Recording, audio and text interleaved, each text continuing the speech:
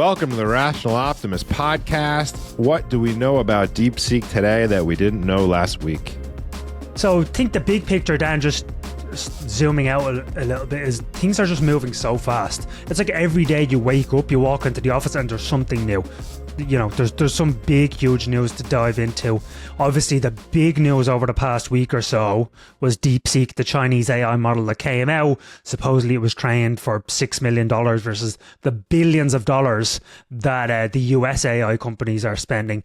The big thing that we learned over the past week, or I guess was confirmed, that these guys, this DeepSeek AI company, which is basically a spin-off from a Chinese hedge fund, they had access to a lot more chips and a lot more computing power than they kind of hinted that they had in the paper. So it's actually funny to me how you dig into the paper, as we did, they say, oh, hey, the cost for the final training run of the model, $6 million.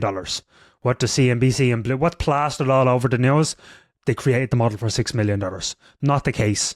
So Dylan Patel and his team over at Semi-Analysis, great research firm, they dug in. They basically came to the conclusion, hey, these guys, between the chips that they have and the cost of putting the equipment together and the cost of paying employees, probably spent $1.6 billion or so training the model. So I think that's the big thing over the past week, was just the confirmation that yes, there was some incredible efficiency gains, but really they spent a lot more than $6 million on this model. Yeah, we've had a week. Markets have had a week to digest the news. Seems like big tech stocks don't really care after all. Most of them have, or at least half of them have, recovered to all-time highs or recent highs. Meta is blasting off to completely new highs. Nvidia is the one that's still kind of, it's got a little bounce the last couple of days, but that's the one that's still down a little bit. But and the other big lesson that we've learned, I think, the other big thing that everyone seems to agree on now, is that this doesn't mean that China AI has overtaken American AI. It's not even anything in the realm of that. It was one very specific innovation that I'm sure all the American AI companies are going to copy. They probably have already copied it. They've probably been doing all-nighters, copying it, integrating it into their models, and making their own AIs cheaper. And this is innovation. This is, you look back at the last 200 years, why has the world gotten so much better? It's little incremental improvements like this. And it's just happening very, very fast with AI, and this one came out of China. Yeah, one thing Matt Ridley talks about in some of his books is the power of essentially iteration versus innovation. So it's not like this big, huge breakthrough, one-off, everything changes. It's kind of like you're building on your idea, you're iterating, you're improving. You see it in rockets, you see it with AI, you see it in electric cars, so smartphones, it's all the same. So yeah, I mean, look, the thing that people obviously came out, DeepSeek, huge efficiency gain, you know, depending on what numbers you look at, it's 93% cheaper to use, and they trained it much more efficiently and all that good stuff. But people don't realize that the cost to use the state-of-the-art AI, it's gone down 1,200x in the past 18 months alone. And that's just from US companies. Okay, so, you know, these efficiency gains had been going on the whole time and will continue to go on. Like, maybe by the end of 2025, costs have dropped. I think they're dropping an average of 4x per year. So you'd expect that to happen this year again. Yet, I guess the kicker here is that yet, even things get more efficient, AI gets cheaper, still AI spending goes up, still the amount of chips you use and the amount of energy you use goes up, just because you use so much more of this stuff. So again, you think about computers, you know, 60 or 70 years ago, they were literally reserved for the US government and NASA. Like NASA used a supercomputer to send humans to the moon, and now we have computers in kids' toys and, you know, our car keys and all that stuff. So the same will happen to AI. It will just be everywhere. Remember, it must have been about a year ago now, when Elon Musk, of all people, called for a 6-month pause on AI. How quaint does that seem? That idea's gone forever, right? Like, that's gone forever. That's one of the big implications now. Forget about pausing. That's done. Now it's like it's an arms race with China, and you need to go as fast as you can. So the Palantir CEO Alex Karp came out the other day. It was basically on earnings, we're in an AI arms race, and we have to realize that the AI race is a winner take all, and it's going to be a whole of a nation state effort. We need to move as fast as possible. Same with the US government. All those AI safety stuff, they're all on the acceleration train now. And actually, I remember us talking about this.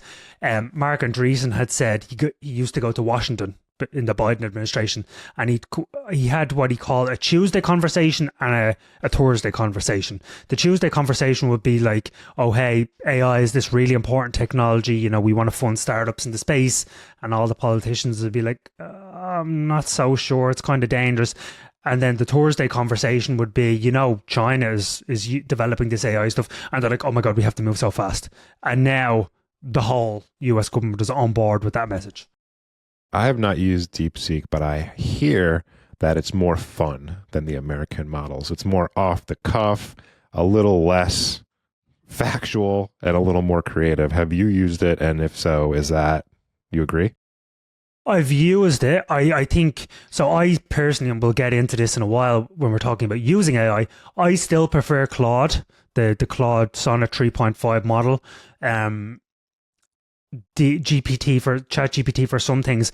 The big thing about DeepSeek, and the thing that it is unique, is it has this chain of thought analysis. So these models, so we have this basically new class of AI model called a reasoning model. So you type something in, and then behind the scenes it's reasoning about it, and it goes through all these steps to solve your, answer your question, solve your problem, whatever. The thing that DeepSeek does versus everyone else is it shows you that train of thought. So when you go to OpenAI, the model says thinking or whatever, and you can't see anything. DeepSeek literally writes out what the model is thinking. So it's like, okay, now I have to answer this question. And when I answer this question, I have to go look at this thing. So it tells you exactly what it's doing. And I think it increases user trust. It's a better experience. I think all the AI model companies will copy it. But yeah, it's really unique to see what's going on under the hood.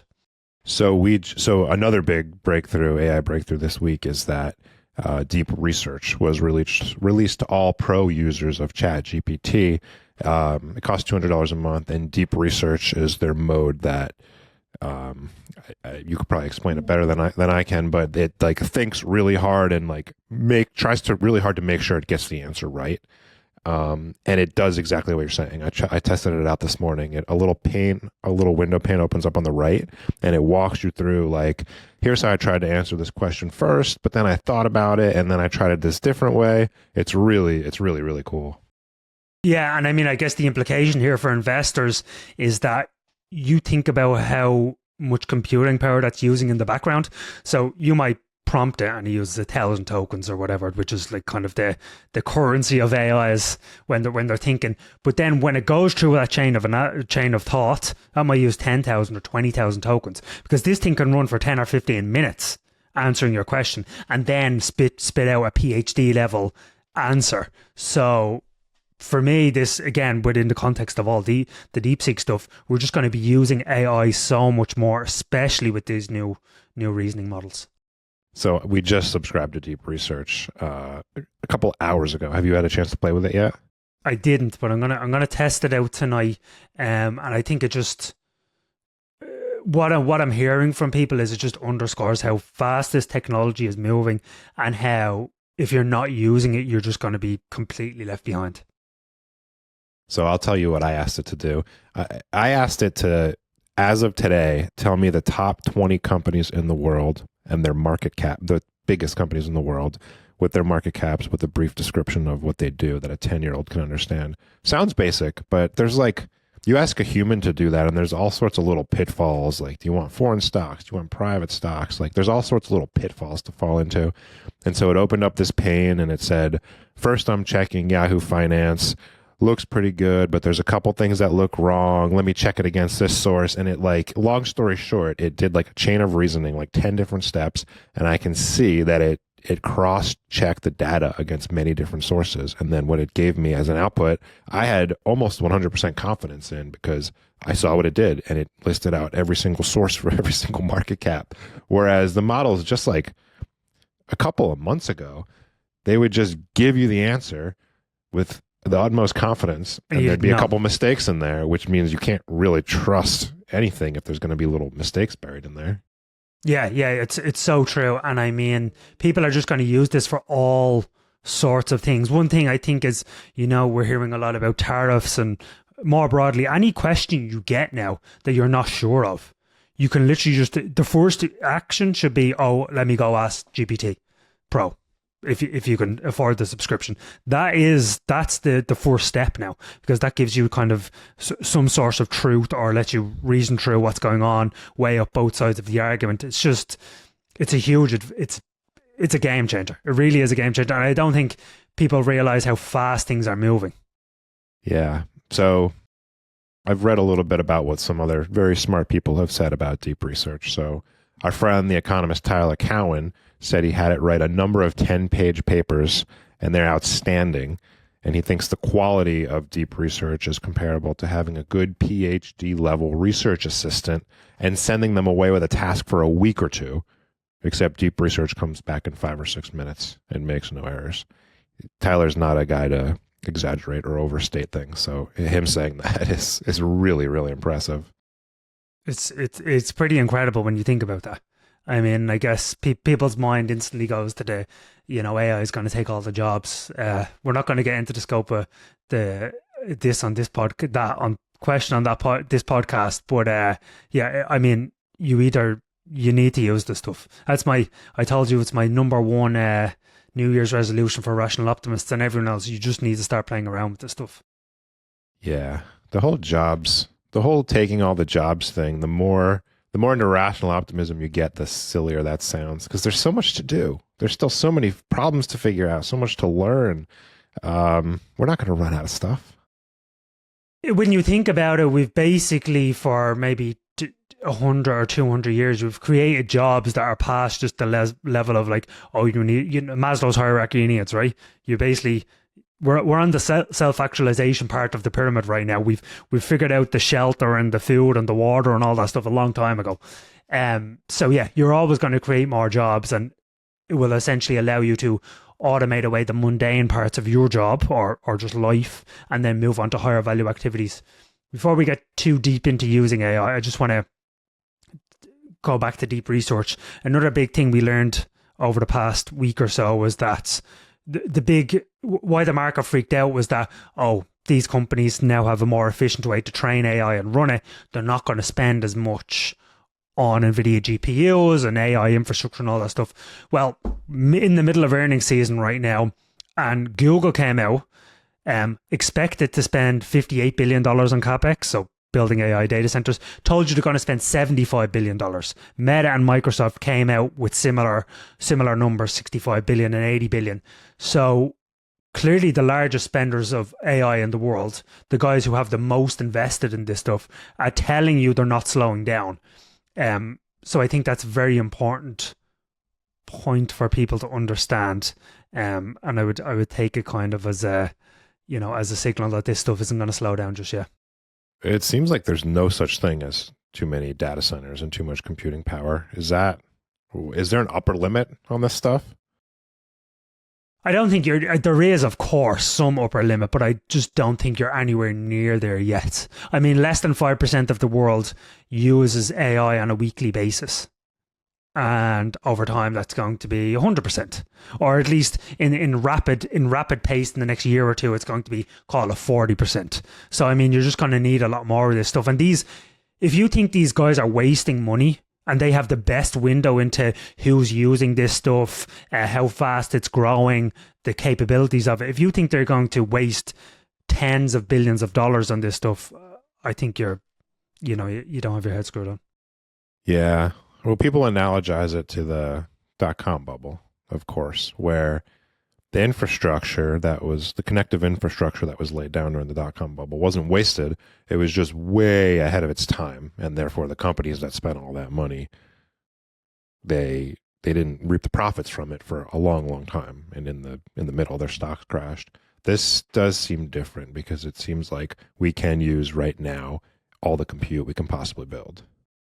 Exactly. I mean, again, all the companies are telling you, oh, hey, we're actually compute constrained. Every day I log on to Claude, what does it tell me at when all the Americans come online at 12 noon Europe time? Oh, hey, we're going to have to switch to concise mode because we're out of compute. DeepSeek tried to use it this morning, can't use it. OpenAI has limits on how much you can use. So that just tells you people are using as much as this stuff as they can get their hands on. So, I mean, I just think it's going to continue for a long time. Also, I think people are raising questions about where's the AI revenue, and it's certainly true if you measure, oh hey, the money big tech companies are spending against the money that they're generating, but there's just so much hidden gains that are going on. For example, Goldman Sachs CEO David Solomon comes out the other day, oh hey, AI can now do 95% of writing an IPO prospectus. Used to be 100% done by a human analyst. Now AI can do 95%, and the last 5% needs to be checked. How much is that worth? I mean, millions, tens of millions, billions of dollars, right? And it's not in the AI numbers. It's a good segue into talking about how we use AI on a daily basis, and particularly for our jobs. Why don't you start? Yeah, so I mean, I just want to show you a couple of charts first of all, because I think maybe people played around with the ChatGPT when it first came out in late 2022.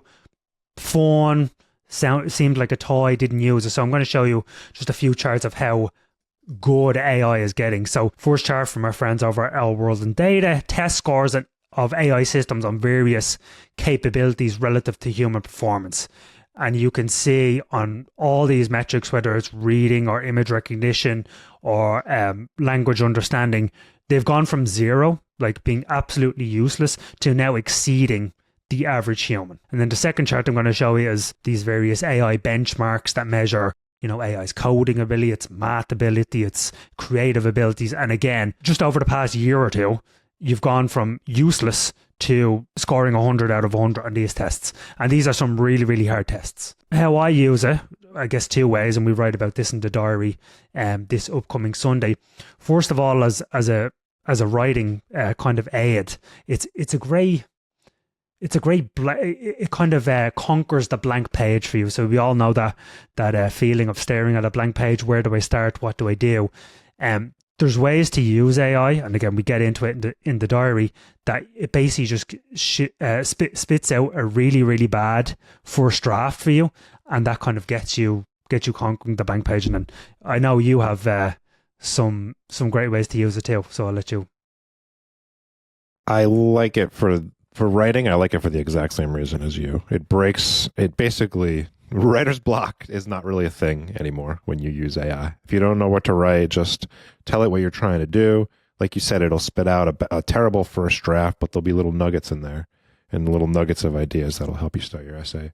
The most impressive thing I've done with AI is an investment research study related to both your and I day jobs, where I have wanted to for a long time, and I've talked to some of our analysts about it, go back and find all of the stocks that have gone up 1,000% or more over the past X time frame. We chose 20 years, and we had a couple of false starts the last couple of years. Like, we decided we wanted to try this, but it was so expensive.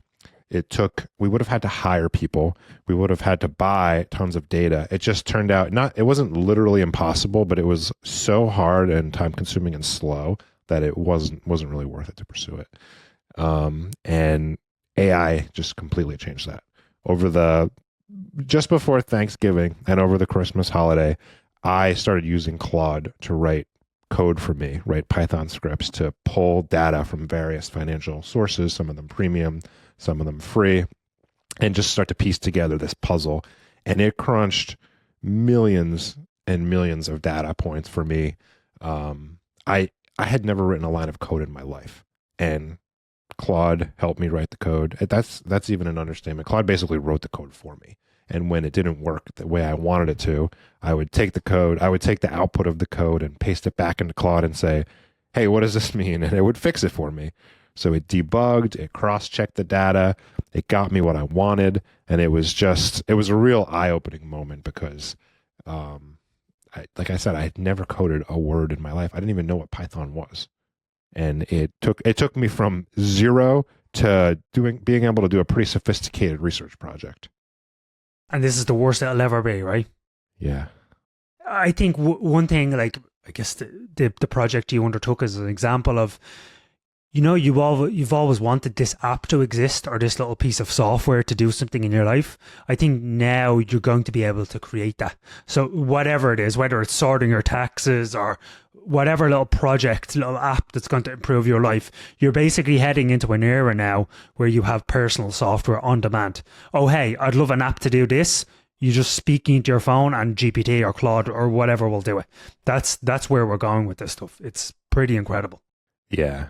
It was so good, but there's so much room for improvement as well, because it still took me 2 months and there was still a bunch of errors and there's a lot of cross-checking and cleaning bad financial data that you still have to do. But like imagine a couple of years from now where you just say, hey, tell me all the stocks that went up 1,000% over the past 20 years and exclude all the flash in the pan ones that went up and then went right back down just as quickly, and exclude all the microcaps. And it just spit it out for you. Right. I'm excited to see. It will be interesting to ask Deep Research to do the same project and see how far it gets on one or two prompts, because I'm hearing it's just, a level above when it comes to coding. Yeah, I'll have to do that. I'm going to give it the results of the study too and see what other insights it can pull out. That's incredible. Yeah. Go ahead. No, you go ahead. One thing I've learned from Tyler Cowen is that you should just ask AI more questions. So you just gave the perfect example there. Instead of parsing through all the data and be like, what insights can I learn? Sure, you still want to do that. You want to use your brain. But I tell you, asking AI, asking a premium model, it's a great way to start. It's a really great way to start. Outside of writing, what's the most impressive use of AI you've found? Just about to ask you the same question. So I'm sure we've all been at the stage where a child asks us, oh, hey, how does X work? Or how do airplanes fly? Why do airplanes fly? All these things. So my daughter is always asking me these questions and I always stumble through an explanation, because it's like when they ask you to, what does this basic word mean? And you explain the word using the word. It's just like, it's really hard. So I asked AI to explain to my daughter how airplanes fly. And not only did Claude explain how the airplanes fly, I asked it to create an interactive game that my daughter could play with to show her how airplanes fly, and then play around with it, play all these explanatory things. I think something like that is pretty amazing, because no matter what age your child is, what subject they're learning, are they a visual learner or whatever, you can basically now just create personalized lessons for them to learn things, and for you yourself. It's just amazing. Yeah, I haven't used it for that yet. One of the most compelling uses I've read about lately is the Substack blog that you sent me called Core Memory. They had a story about a kid who built a nuclear fuser, which does nuclear fusion, but it doesn't actually create energy. It doesn't create net energy.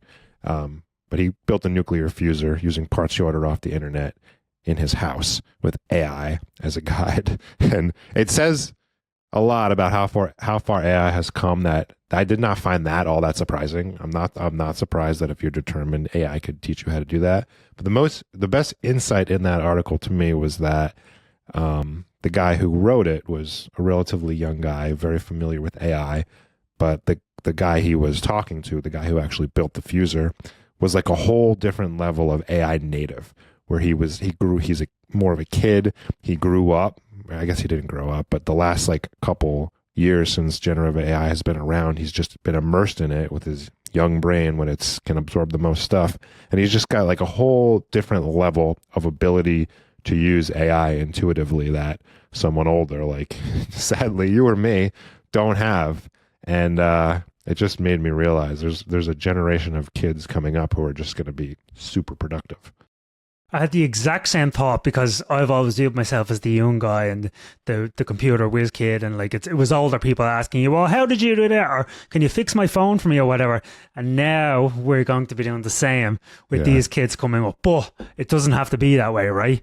I think you have to get your hands dirty with this stuff. We're all starting on a level playing field. And of course, there's some people like this Hudza guy who's way ahead of us, but you can still do it. You can still be at the forefront. Make no mistake about it. Yeah, it's interesting because the kids who grew up while social media was a thing was new. Like the first generation that grew up with social media, probably not a net positive for them. Yes. AI seems like the opposite. It seems like, I mean, I guess who knows how it's going to go, but as long as they use it right and maybe they have the right parental guidance to use it right, it will make super productive humans. You have to. It's such a great point. Such a great point. I mean, and I think one way it's kind of morning in America and things are getting a lot better. The technology coming out now is a lot better for the kids. But yeah, I think you have to be teaching your kids how to use this stuff just to get them acquainted with it. I mean, there's been a lot of talk about the homework apocalypse and, GPT is going to ruin schools and stuff. That's already done.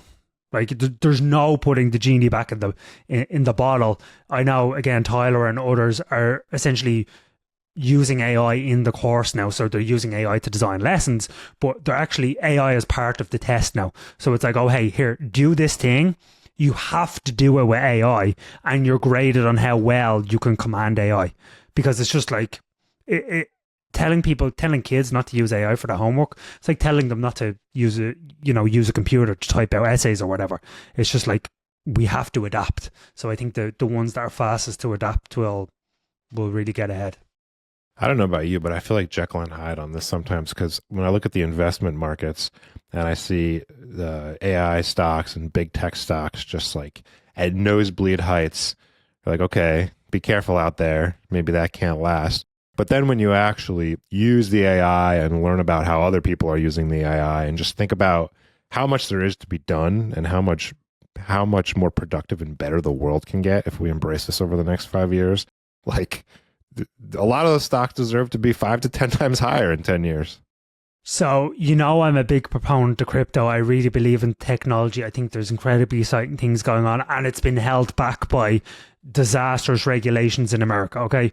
With that caveat said, how many times have you used a blockchain in the last week? 0. How many times have you used AI? 100 maybe? Easy. I mean, I basically now every day hit my limits, hit my Claude limits, usage limits, or thereabout, because it's just constant. As I said, it's not just in work; it's your research buddy, it's your writing partner, it's to teach your kids, lessons. It's like, oh, hey, my door's broken. How do I fix it, or whatever? Hey, does this tax rule exist, or whatever? It's just like it's the go-to. So I think, yeah, you said it's incredibly useful, and the great Peter Lynch he basically made his money by looking at things around, all right? Oh, Dunkin' Donut stores are popping up. Oh, hey, maybe that's a good investment. And yeah, sometimes that can be dangerous, but can also give you a level of understanding that's not present when you just look at stocks. Should we do a quick Doge update for your dose of optimism? Let's do it.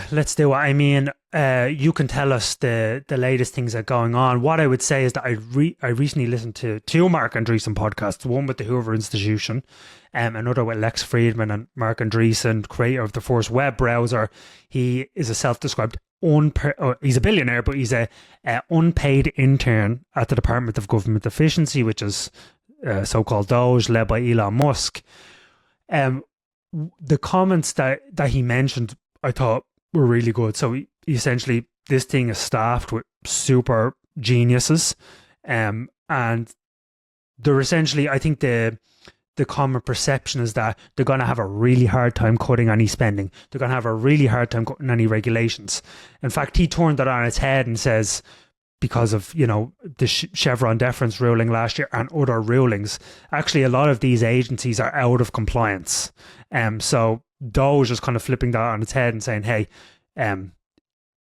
we don't actually need to cut any regulations. It's kind of like the departments that are issuing these regulations without the approval of Congress and so on and so forth. They need to get in line, and then that's going to automatically cut regulations and all that stuff. I just thought it was a really interesting way to talk about what they're doing, and the really smart ways that they're finding loopholes around this stuff. So the one sentence summary of that idea is that these agencies and their laws are probably unconstitutional to begin with. Yeah, and now or at least in the past year or so since Chevron. So yes. Yeah, I thought that was a good observation by him too. The other thing he said in the Lex interview that I loved is a big pushback against Doge is like most of the trillions of dollars that the government spends a year are not touchable. There's Social Security, Medicare, military, whatever. We're leaving only a relatively small slice that Doge can actually potentially cut. And the argument goes that $5 billion, $10 billion, it's a rounding error. Like, who cares? It's not a big part of the government's budget. And Mark Andreessen's like, to tell a taxpayer that like $10 billion, it is a rounding error because we spend too much, but it's not a rounding error if you actually divide it by the amount of Americans and like how much they pay in taxes. It's a huge amount of money wasted. So when you talk about like the Biden's broadband plan that hasn't connected a single household yet, or his EV charging stations that never got built except for a couple for $40 billion, like that's real money, even though it's a small slice of the overall federal budget.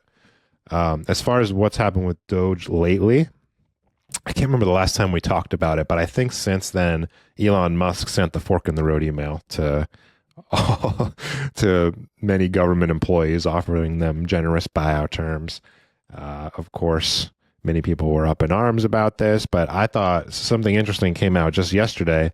The Wall Street Journal had an article about Twitter, about X, and they're surprisingly great, not to us, but to people who were saying he was going to be a disaster. Surprisingly great financial results for Twitter. Profits doubled since he took it over in 2021, and he followed this playbook with Twitter. I think he cut 80% of the staff, and its revenue is actually down since he took it over, but its expenses are down way more.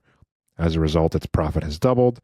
So when I hear all of the doubters and haters who say Elon's not going to be able to do this with the government, they're the same people who said he wasn't going to be able to do it with Twitter. So I don't really give them much credence. The man caught an 11 million pound rocket booster. Don't bet against Elon.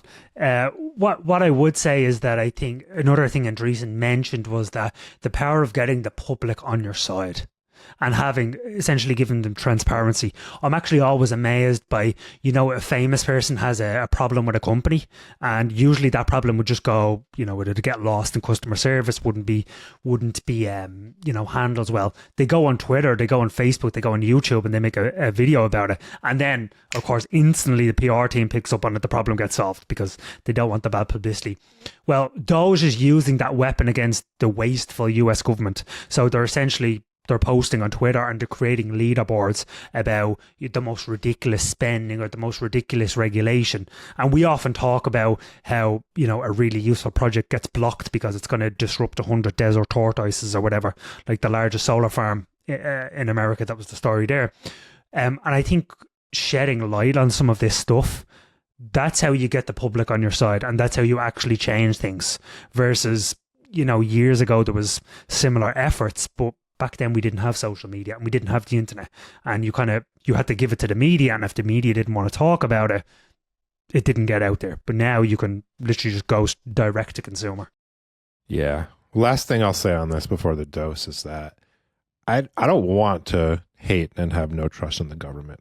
Like 50 years ago, when we prioritized competency for civil service employees, the government did a lot of good things. Like, it's how we got to the moon, right?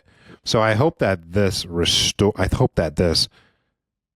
I was going to say I hope it restores trust that the government can get things done, but first it has to make it so the government can actually get things done and get out all the waste, and then we can start to trust it again. I think that would be a great thing for America. One big thing Joe Lonsdale has talked about, who I know is kind of, again, an advisor to Doge. He's talked about restoring merit in the government. And one of the reasons so many great projects came out of the US government and the US government was so competent was because it was staffed with really competent people. And actually, if you map I've often wondered why did things in America start slowing down in the 70s? And it's a whole other episode. But one reason someone said to me was that because all the competent people that moved into the government in the 30s, 40s, 50s, they retired in the 70s. And then they were just replaced by less competent people, and sclerosis took over and bureaucracy and all that stuff. And I think we're moving back to an era where the government is staffed by really competent people. One change I've really noticed, but it's been mentioned by Naval and Chamath Palihapitiya and others, is that by Andreessen and by Elon going into the government, they're making government jobs high status again. And that's really good, because for the last, 40 years, it's kind of like, oh, you work for the government. It's like, it's a cushy job, it's cool, but like, why not go Silicon Valley and make $1 billion? And now I think they're flipping that on its head. I brighten my day. Give me a dose of optimism.